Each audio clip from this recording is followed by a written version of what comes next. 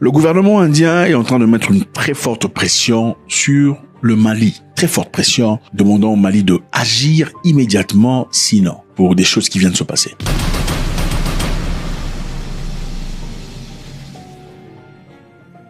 Salut à tous les amis, c'est toujours avec beaucoup de plaisir. Merci infiniment d'être là. Avant de commencer, on va faire ça. Faites ça s'il vous plaît, ça ne vous coûte rien, ça nous fait du bien.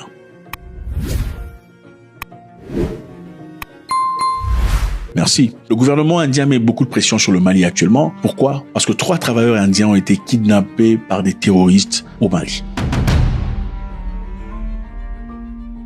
Le 1er juillet 2025, 3 ouvriers indiens à l'usine Diamond Cement située à Kayes, à l'ouest du Mali, ont été kidnappés lors d'une attaque terroriste coordonnée ciblant l'usine ainsi que des sites militaires et gouvernementaux voisins. Donc les terroristes, évidemment, ce sont des gens qui viennent généralement à moto et tout le bazar, après pagaille, tuent des gens, et par la même occasion ont pris des Indiens. Enfin, certainement quand vous rentrez dans un milieu où vous attendez à voir des Noirs et vous trouvez des Indiens, vous dites « Oh, ouais, ben dis donc, on a quelques Indiens, regardez ce qu'on a ici ». Ils ont pris des Indiens en otage.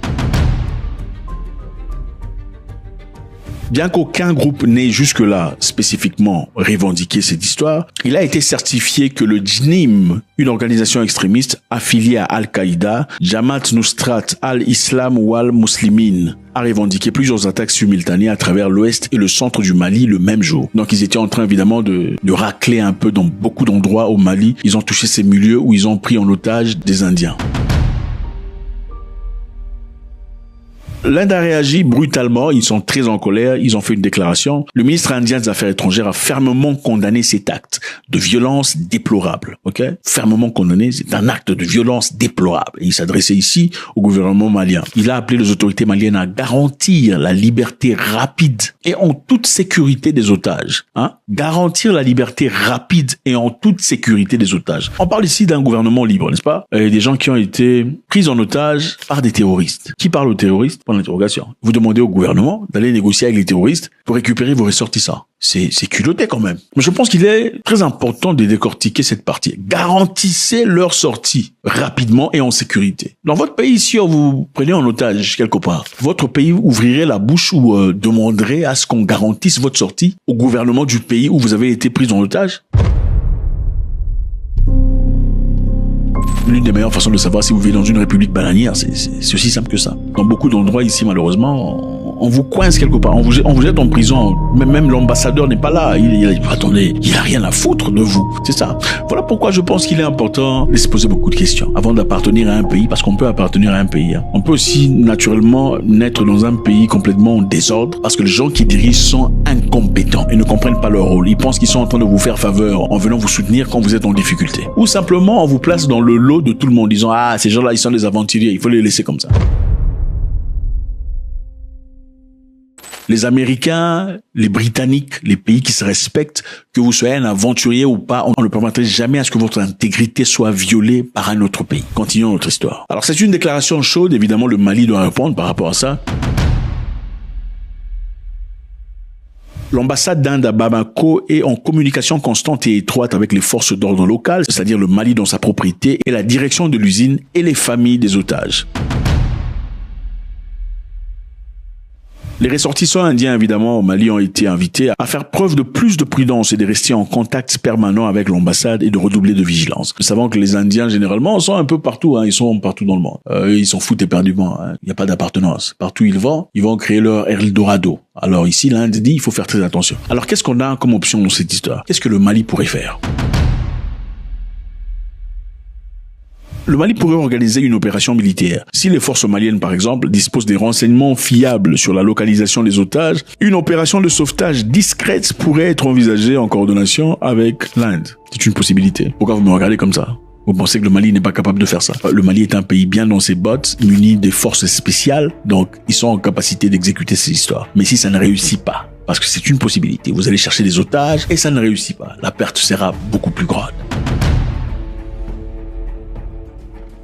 Le Mali pourrait aussi négocier la libération de ces personnes. Ah oui, pourquoi? Parce que bien qu'aucune demande de rançon n'a encore été demandée jusque-là par le JIN, c'est l'organisation terroriste évidemment, ils ont déjà négocié avec des gouvernements pour la libération des otages. Ça a déjà été fait. Alors est-ce peut-être la raison pour laquelle ils ont encore pris des otages cette fois-ci? On va le découvrir tout de suite. En 2020, par exemple, la libération de Sophie Petronin et d'autres travailleuses humanitaires françaises. Sophie Petronin, le prêtre italien Pierre-Luigi Macali et 2 autres otages ont été libérés par le DJIM. C'était en 2020. Quel échange, évidemment, le gouvernement malien a libéré en échange 200 terroristes, y compris des têtes redoutables. Ils ont été libérés pour donner libération aussi à Sophie Petronin et d'autres prêtres européens. Donc le gouvernement malien a été obligé de libérer 200 otages, enfin 200 prisonniers, 200 terroristes. Et il paraît qu'une rançon aurait été versée, bien que cela ait été officiellement démenti par la France et le Mali à l'époque. L'accord a été obtenu grâce à la médiation du Qatar. Bon, certaines personnes accusent le Qatar d'être très impliqué chez les terreaux. Le Qatar a négocié. Est-ce que c'est comme ça qu'on va procéder? Point d'interrogation. On va y aller par brutalité, par attaque, par stratégie, après avoir recueilli des informations pour aller libérer ces personnes. Comme dans un film, c'est une probabilité très risquée. Est-ce qu'on va négocier avec des terreaux? C'est dans quelles conditions? Libérer les terreaux qui ont été arrêtés, donner de l'argent, c'est une possibilité dont on ne saura peut-être pas. Et maintenant, on va au Niger. Au Niger, les amis, la maison russe du Niger a organisé le jeudi 26 juin 2025, dans ses locaux à Niamey, une cérémonie de remise d'attestation de fin de formation en langue russe. Félicitations, Pigama Kofi. Yeah! Évidemment, ceci au profit de 80 étudiants de faculté des sciences et techniques de l'université Abdou Moumouni. Parmi eux, on a compté 52 qui poursuivront leurs études supérieures à l'université technique de Novosibirsk en Russie, Fédération de la Russie. Novosibirsk. À l'origine, il y avait 110 étudiants. En fin de compte, il y en a eu 82. Évidemment, les gens tombent toujours. Les noms sélectionnés, naturels de la vie, vont tomber. Mais en fin de compte, 52 iront en Russie pour aller étudier. Je pense que c'est une très belle opportunité que le monde offre, si pas la Russie, par exemple, à l'Afrique actuellement. Beaucoup d'étudiants africains qui peuvent partir étudier en Russie et recueillir de la connaissance essentielle. Et ces étudiants ne sont pas des étudiants pumbulu, ce sont des gens tirés sur le volet. L'apprentissage dans leur formation est porté principalement sur les sciences, les sciences fondamentales telles que la chimie, les mathématiques, l'informatique et la biochimie. On cherche ici des têtes. Comme Traoré le disait, Monsieur Ibrahim Traoré, à Monsieur Poutine, on veut des écoles, on veut construire des institutions qui nous permettront d'avancer et de progresser.